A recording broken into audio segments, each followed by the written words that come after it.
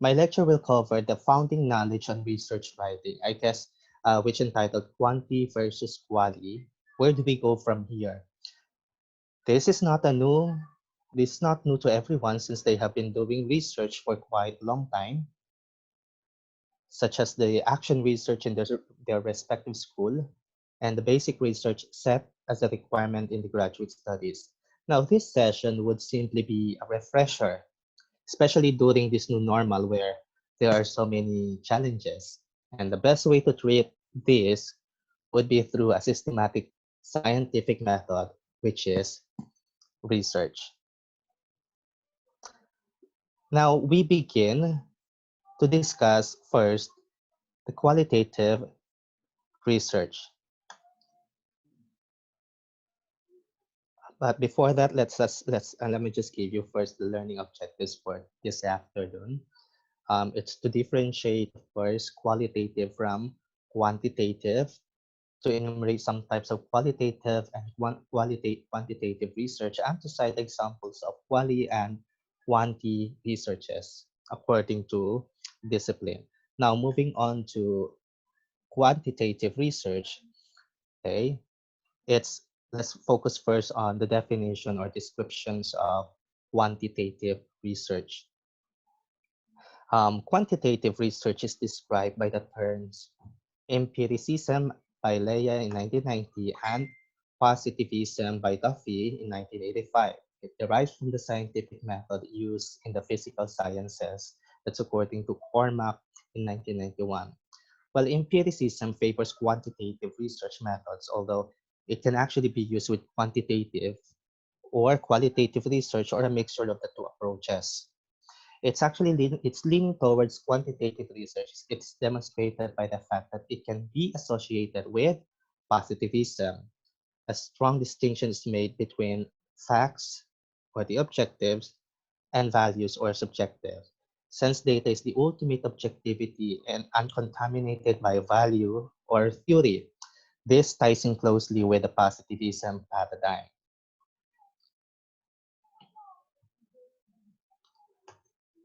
This research approach is an objective, formal, systematic process in which numerical data findings. I guess um, apart from saying a lot of things or a lot of descriptions about quantitative, our key idea about quantitative research is that it pertains to the use of statistics or numerical data. Okay, I guess everyone would agree with that. That's basically the key idea that we can always come up with whenever we encounter quantitative research. It describes it describes, tests, and examines cause and effect relationships. And that's according to Barnes and Grove in 1987, using a deductive process of knowledge attainment.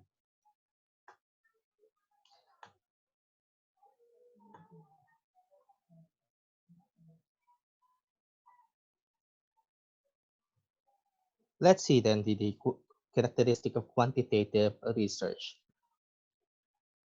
Qualitative methodology tests theory deductively from existing knowledge through developing that's quantitative, hypothesized relationship and proposed outcomes for study. I guess somehow you are being refreshed, or these are basically the parts that we put or we had written in our research.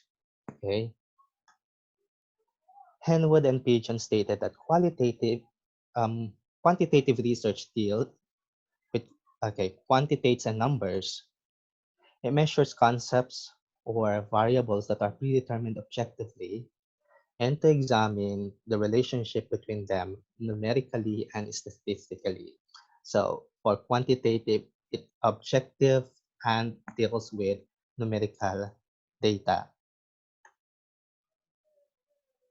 Having those descriptions on quantitative research, let's see how favorable is the use of quantitative in research writing or as your preferred methodology or type of research rather.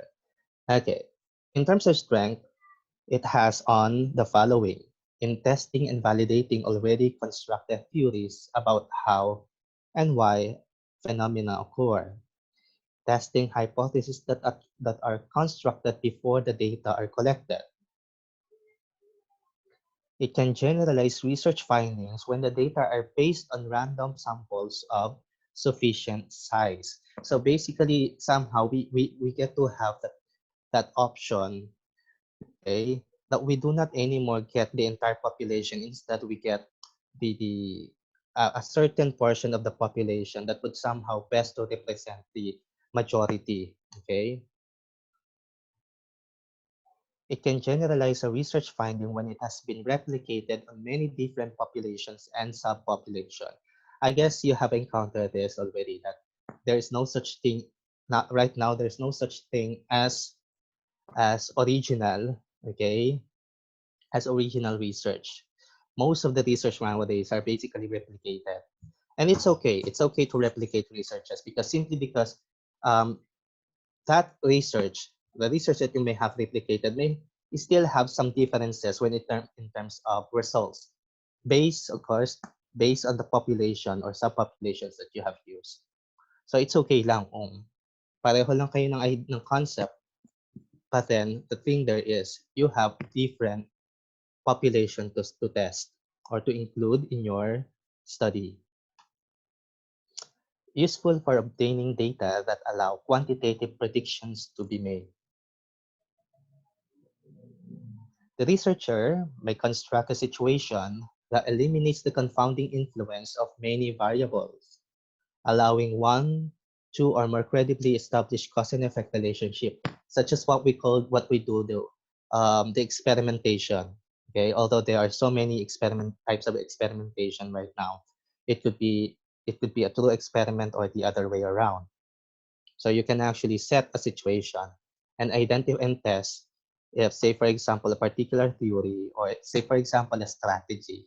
Is this particular strategy, if you want to test the effectiveness of a particular strategy, best that you do a experiment, an experiment type.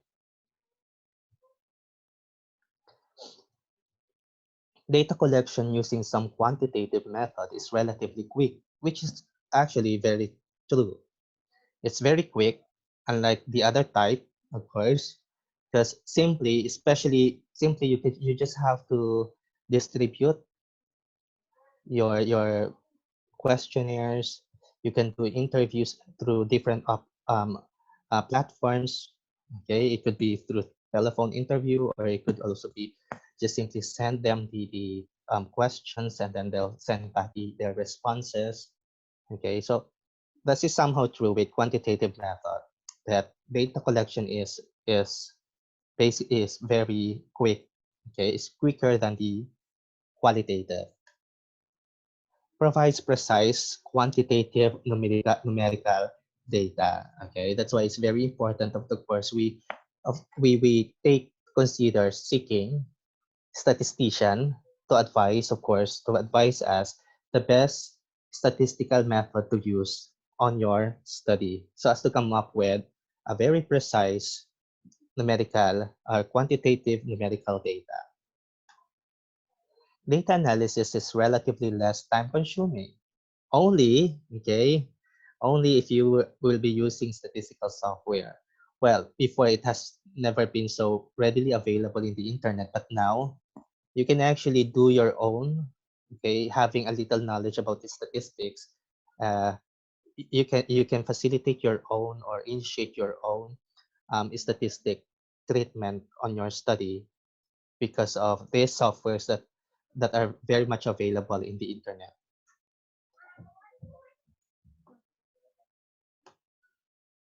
The research results are relatively independent of the researchers, such as statistical significance. It may have higher credibility with many people in power, administrators, politicians, people who fund program. This is very much, I'm very much true, especially if you want to get the consensus. So you make use, of course, of quantitative to come up for at the end. For at the end, you have to come up with a decision. It's actually very much uh, appropriate to present statistical data, okay, So that, especially say for example, to come to decide on the implementation of a particular policy, best that you actually do, you get the consensus of the participants first, so that at the end, it could be decided if such policy should be implemented or not implement, not to be implemented. It is useful for studying large numbers of people. Now, on the other hand, there are some weaknesses, of course. I mean, any type of research or method, there are always strength and weaknesses or weakness. The researchers categories that are used might not reflect local constituencies understanding true enough.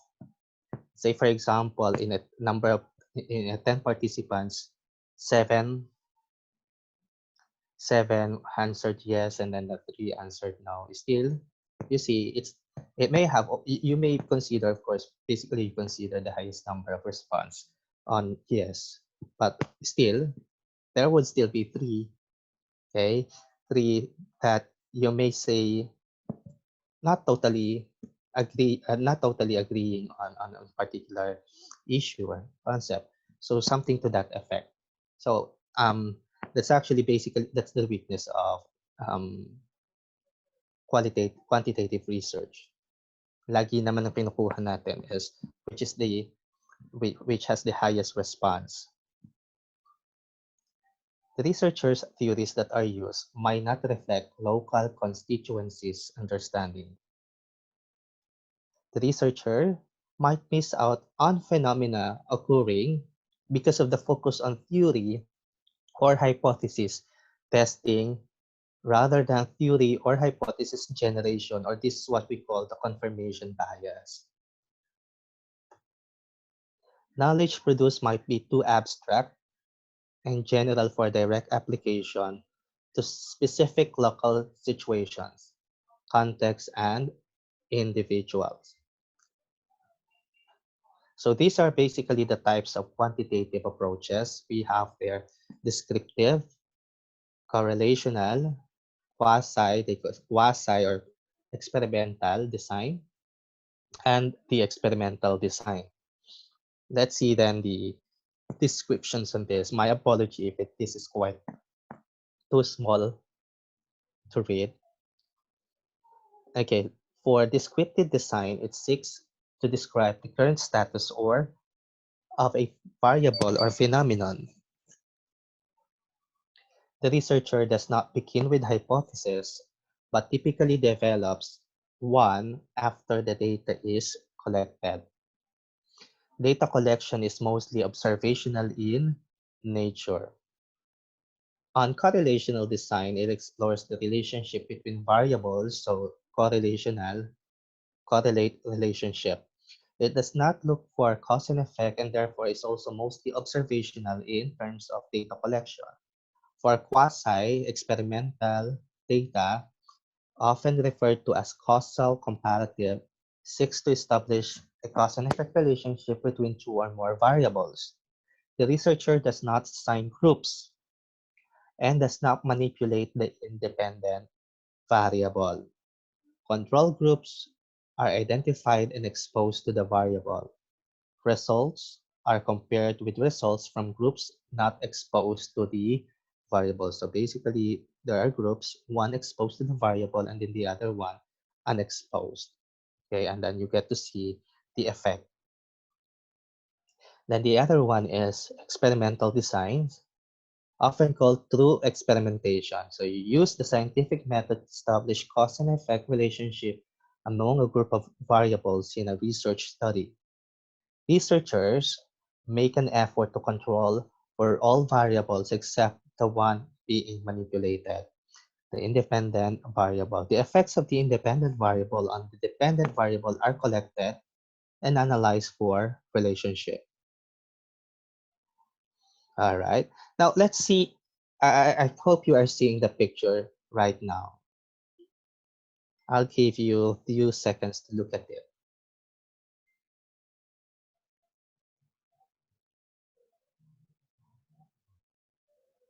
Now I'll be asking for your responses, so you may just type in your answers. If I may ask then, what particular social issues are depicted in the picture? What social issues are presented in the picture or emanates from the picture?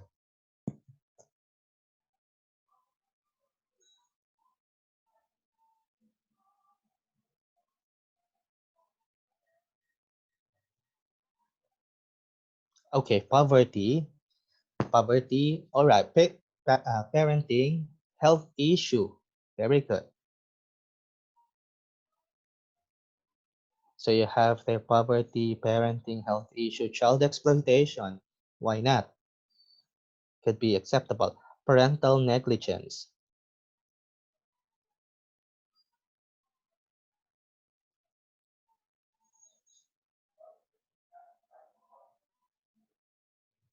All right. That's basically true. Now, another question is, in your own perspective, what is the role of research in resolving those issues? How could research help to resolve those issues that you have stated?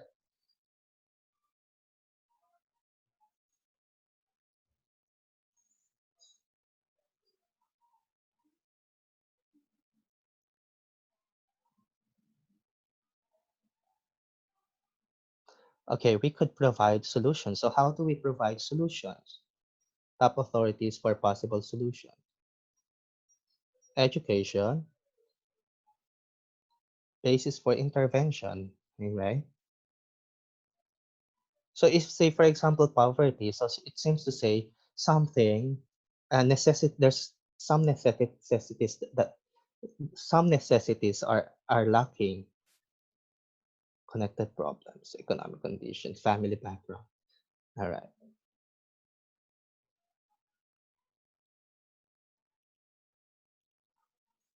So analyze the main problem. Very good. You analyze the main problem. How do you analyze the main problem? You have to go deeper into it. You have to understand their situation. You have to what? Look into their experience. All right. You have to understand and look into their experience so that you be able to identify what really is the problem. Why are they still poor? Why are they still there? Why are they doing that? Yes, be in their shoes. Okay. Gather information about the problem.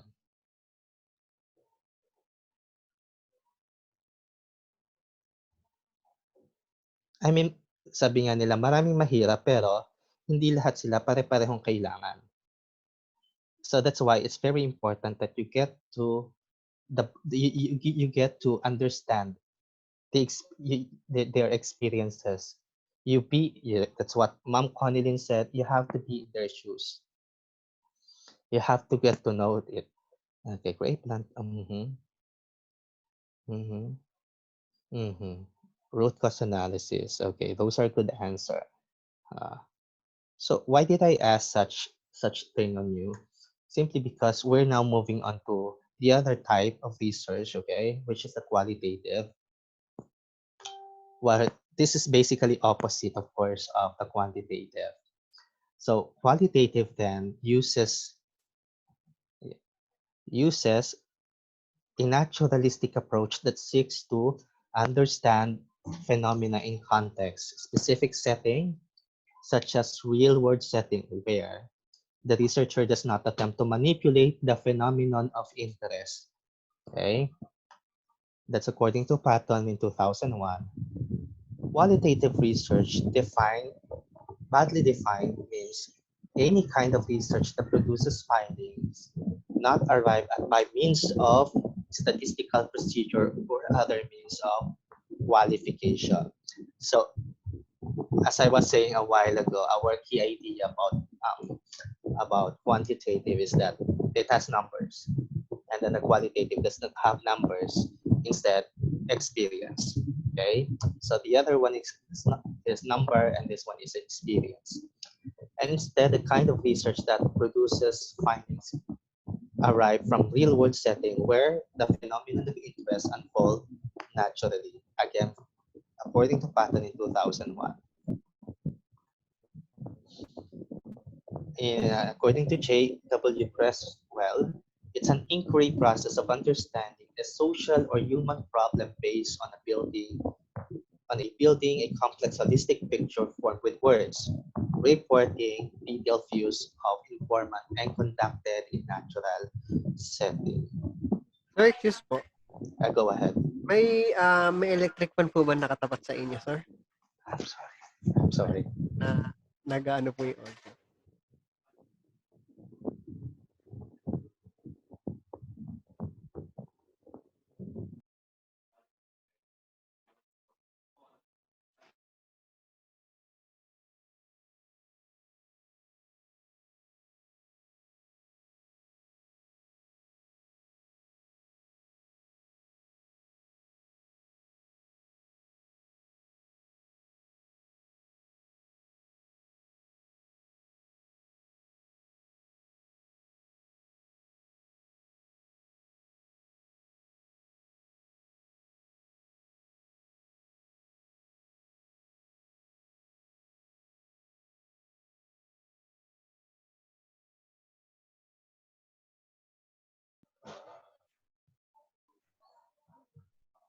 My apology for that. Thank you, Sir Albert, for reminding me.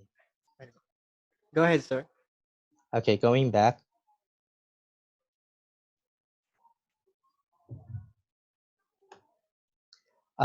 Next is to qualitative research is used to understand a particular situation, event, role, group, or interaction. Such as, say, for example, let me just give you an idea. Say, for example, um, a friend whom you know is already a victim of of is a battered wife. Okay, is a battered wife. No matter how many times or how many people have told her to leave, okay, to leave her husband, but still he remains to be with him, di ba? I mean, logically speaking, pag nasasaktan ka, aalis ka, okay? Pero, yun yung hindi natin naiintindihan. Nag-stay pa rin siya in a relationship simply because there's something that we do not understand. That's why we have to we may advise, but we cannot basically uh, expect that our advices would be taken. Okay, would be taken because there would still be something, so a particular experience that we do not understand yet. Okay, so the moment we get into their shoes, the moment we get to talk to them to seriously, empathically, probably by that will be the time that we could understand them. Okay. Now, why do we have to do qualitative research then? Because this is to understand meaning that people attach to their experience. Diba? Bakit kailangan nating interviewin? Bakit kailangan hindi na lang i-survey natin? Kasi we have to get into the bottom of it, right? Diba? We have to go beyond because there would still be something that we may um, discover creative ways of developing theories. Yes, that's actually true. It provides insight into new areas of research, can be combined with qualitative methods. So there are so many methods already under qualitative. You can actually do combination of them. Research phenomena cannot always be understood properly by measuring them objectively. Parang you get to identify, you ask yung learning, you ask yung learning ng mga estudyante mo, matataas, pinag-test mo sila, taas naman yung score nila. Eh, pero ay yun lang yung nakuha mo. I mean, baka in what particular topic or subject lang. Baka, yeah, maganda yung resulta. But then, you also have to do a little interview. You have to get to know them. You have to talk to them. You have to ask their experience. I mean, That's only an objective way of getting a result. But then you also have to understand, baka naman yung iba may mababa. Okay? You cannot actually qualify na, mahina ito. Baka there's some, may mga factors then. So for you to identify some, to understand those factors, you have to be in their shoes. Uh, uh,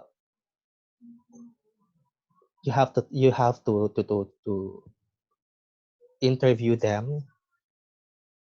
You have to ask their experiences. Now, that's the characteristics of qualitative research. Qualitative research is concerned with meaning, especially the subjective meaning of participants. Okay, so, and a commitment to viewing, sometimes explaining phenomena from the perspective of those being studied. True enough. An awareness and consideration of the researcher's role and perspective, naturalistic inquiry in the real world rather than in experimental or manipulated settings. So this is not it's not manipulated at all. Instead, it's like what you see is what you get. A concern with microsocial processes, such as their manifestation at the level of individual or groups or organization. Mainly the inductive rather than deductive analytical process, broadly deriving theories or findings from empirical research data, rather than deducting a hypothesis a priori which is then tested by empirical research. Some characteristics of qualitative methods, according to Bryman, focuses on the emphasis on individual interpretation. It is the understanding principle in qualitative research that social phenomena are best understood from the person's own perspective. Focus on descriptions to appreciate why people adopt certain views, behave that or do that, etc. It is important to gain a thorough or understanding of the person and their social situation. So it's not just simply what people do, but to understand, okay, to understand or realize why they do it, the reason behind why they do it. Some of the strengths, of course, of the qualitative research. It can offer the best light on or best answers to certain phenomena, social, economic, or political, or even psychological. Research results are exhaustive, even underlying meaning surface. So, I mean, it's very abundant. It offers several avenues to understand phenomena, behavior, human conditions, and the like. It can build on or even develop theories through consistent themes. Okay, themes, categories, relationship, and interrelationships that are crystallized during the data gathering and data analysis processes. So basic, if in quantitative, that's we have the statistical data or presentation. Now for qualitative, we have what you call the themes, the thematic analysis. Okay, let's see then the weaknesses. Why sometimes this may not be considered. Most of the research outcomes are based on the researcher's subjectivity. Okay, but simply because you cannot know the validity or reliability of data. So somehow we cannot say that it's that we cannot say that the data and even the way data are presented in the study are parang walang bias. So minsan, hindi cannot be avoided at some point. May a little portion of the researcher's idea, the researcher's perception na nadadagdag sa presentation ng study. But there's, of course, it's somehow nami-miss kasi check yan. It's open-minded questions yield data overload that requires long time analysis. True enough. It's time consuming because it does not simply happen overnight.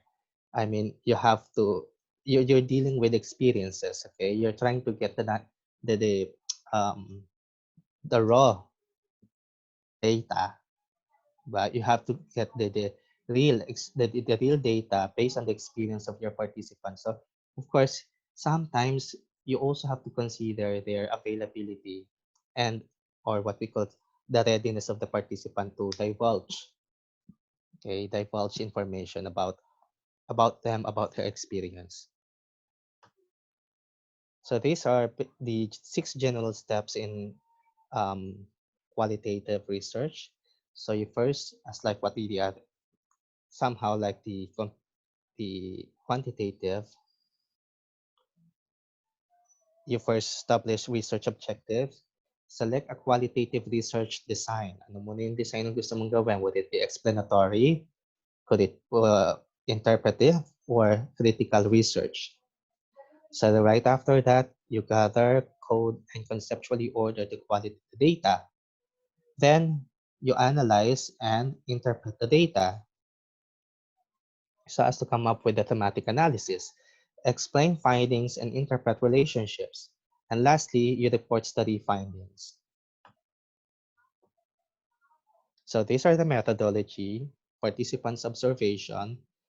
So this one is the immersion, okay? Immersion in the natural setting of the research participant, commonly used in ethnographic type of research. I mean, if you want to go to a search, say for example, you want to understand a particular group, so you get to immerse yourself so that you for quite some time and for quite a long period of time. Okay, so you by then you get to know how they behave. Okay, how they behave, what do they do, why do they do such, and a lot of things. Observation, systematic recording of events, behavior, artifacts in the social setting of the study. And in-depth interviewing resembles conversation but with predetermined response categories. Now, going back with observation, you see, even in observation, this one, we also we just not focus. Of course, we do that. Somehow, we also have to include our observation based on how they respond to the questions that we give. So minsan ino-observe din natin yung gestures nila, body movements nila. Okay? Dapat ini-include din natin yun in the write-up. What that yung ganung body movement. Because that would somehow help establish the what you have written. Okay? Kasi minsan I mean, hindi para makita or ma-present ng maayos yung situation, okay? So, maano din natin. We will be able to understand. Let's let's just say mahirap kasi to get really the 100% participation of the participant. Because you may actually do that, but it would take a long time, quite a long time for you to have that.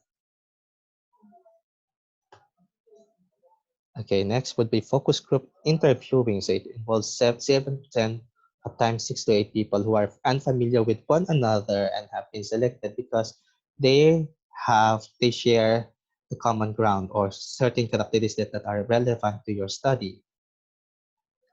Then content analysis, systematic examination of forms of communication to document patterns subjectively as shown in letters, emails, minutes of meeting, policy statements, and a lot more. So that's content analysis.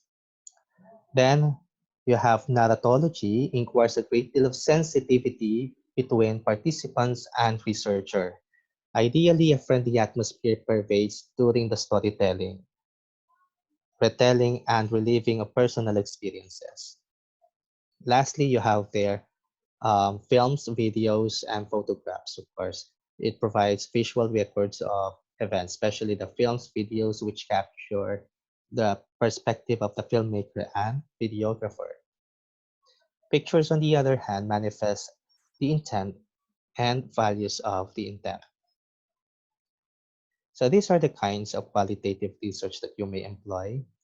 You have there the case study, everyone's familiar with that.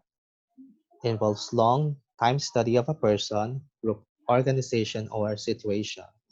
It seeks to find answer to why such a thing occurs to the subject. So it uses variety of data collection, such as, just an example title, the effects of Felix spine operations to the cardiovascular related wellness of Duay and Camarines Norte. Then the next is the ethnography, study a particular cultural group to get a clear understanding of its organizational setup, internal operation, lifestyle, and culture. This somehow involves or entails immersion. Example, Baseco compound, a study of lifestyle and condition of Philippine urban poor. Then we have the phenomenological study, refers to the study of how people find their experiences meaningful. Its primary goal is to make people understand their experience about death of loved ones, care for handicapped person, friendliness, people, and etc. Content and discourse analysis, analysis of substance and content of the mode of communication through a given framework, such as the reflection of Marx's alienation to the works of Ernest Hemingway. Although historical analysis, from the title itself, examine the primary documents that make you understand the connection of the past events to present times. Fire and quake in the construction of Old Manila in 1789 to 1803, storm over San Isidro, civic community and disaster risk reduction in the 19th century Philippines. Okay, qualitative research output, you may come up, of course, they, with new theories, description of previously unexplained situation or behavior, narratives about experiences, new ways to comprehend events or behavior. So I have here, I hope you can see this one, just simply a comparison of a table that you would see it here, how different or the same they may be.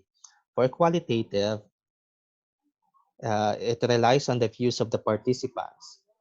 Okay, for quantitative, the research in which the researcher decides what to study. And the other one, qualitative, it gathers information that is not in numerical. Data is typically descriptive or narrative. When you think of qualitative data, think of the word quality, because in qualitative analysis, we are taking a deep quality look at a phenomenon. While on quantitative, it looks at the pattern in numerical data or numeric data. Quantitative research gathers data in numerical form, which can be put into categories or measured in units of measurement. This type of data can be used to construct graphs and tables. So examples of quali could be diary account, document review, open-ended questionnaires, unstructured interviews, and unstructured observation. However, for quantitative, you may have application forms, closed-ended questionnaires, IQ tests, measurements. For the purpose of both, for quali, it is to understand and interpret social interaction. For quanti, to test hypothesis, look at cause and effect, and make prediction.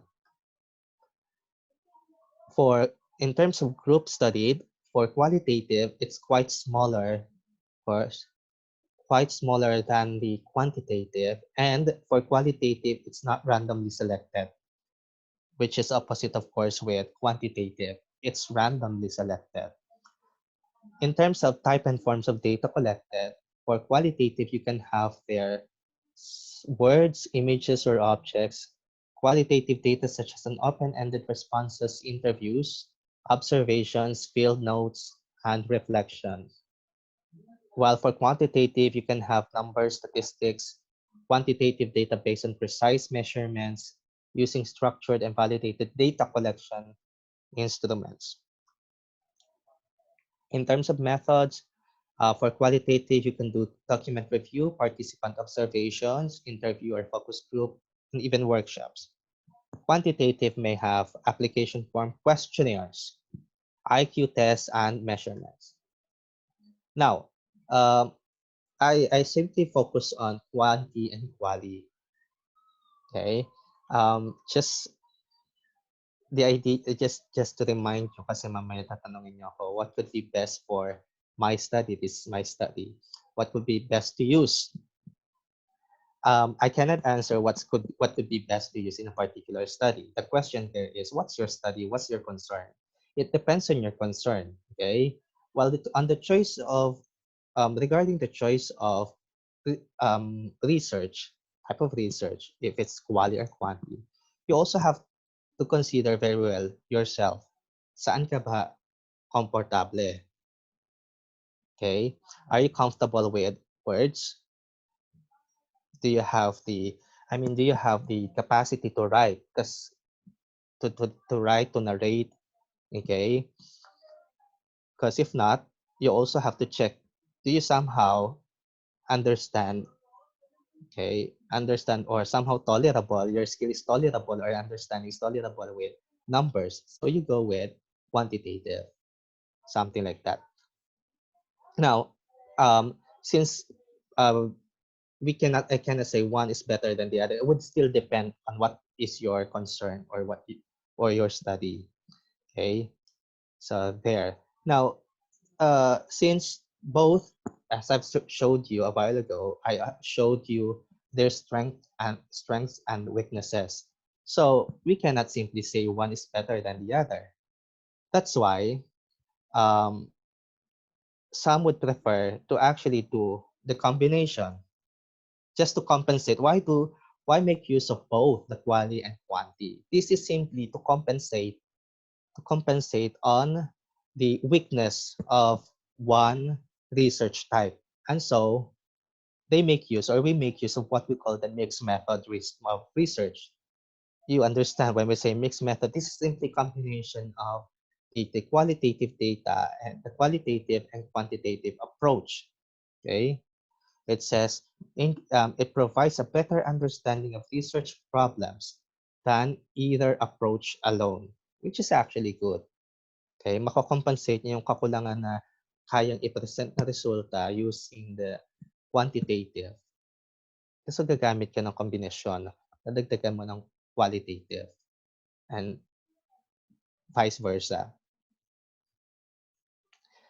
Typical situation in which mixed method is used when you are comparing results from quantitative and qualitative research. When you use qualitative research to help explain quantitative findings. Okay? Explore using qualitative research and then to generalize findings to a large population using quantitative research. Develop an instrument because none are available or useful. Could be augment an experiment with qualitative data. Reasons for using mixed methods: insufficient argument. Either qualitative or quantitative may be insufficient by itself, so why not use both? Or why not use the mixed method? Multiple angles argument. Quantitative and qualitative approaches provide different pictures. So in your study, why not present both pictures? Diba? The more evidence, the better argument, which is actually good. Combined quanti and quali provides more evidence. Next, community of practice argument. Mixed method may be the preferred approach within a scholarly community. Uh, Eager to learn argument, it is the latest methodology. So hindi na before, well actually true, hindi na before focus lang on or focus lang on one particular methodology. So kung quanti lang, kung quali lang. So this has been a practice na rin kasi. It's intuitive argument, it mirrors life. So there, the idea that it compensate one's weakness. Okay? Nakocompensate niya yung weakness ng isa, so mas maganda gamitin natin pareho. But it would still depend on you, okay? It would still depend on you. Saan ka komportable? Saan ka komportable if you have a good command of the language? Because if you're going to use quali, you have to expect that you will do a lot of writing, a lot of narratives. And then when you do quanti, you also you just not simply rely on your statistician. You also have to understand somehow. You have to understand the numerical data. Otherwise, kung hindi mo naiintindihan, hindi mo rin ma-interpret na maayos. Okay? There you go. Benefits of using mixed method. So these are the benefits. Good for triangulation. It seeks convergence, corroboration, and correspondence of results from different methods. Complementarity. It seeks elaboration, enhancement, illustration, clarification of results of one method with the results from the other method. Okay, another benefit is on development. It seeks to use the results of one method to help or inform the other method. So, nagtutulungan lang.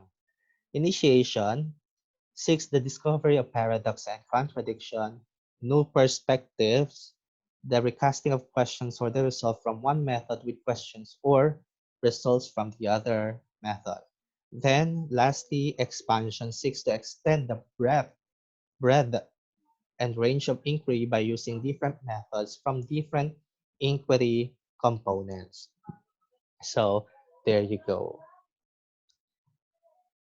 And then for the activity, for everyone, just for the output, you will have to come up with just three research topics or titles and identify the research method that you will be using. So that's basically that will be your output for today. And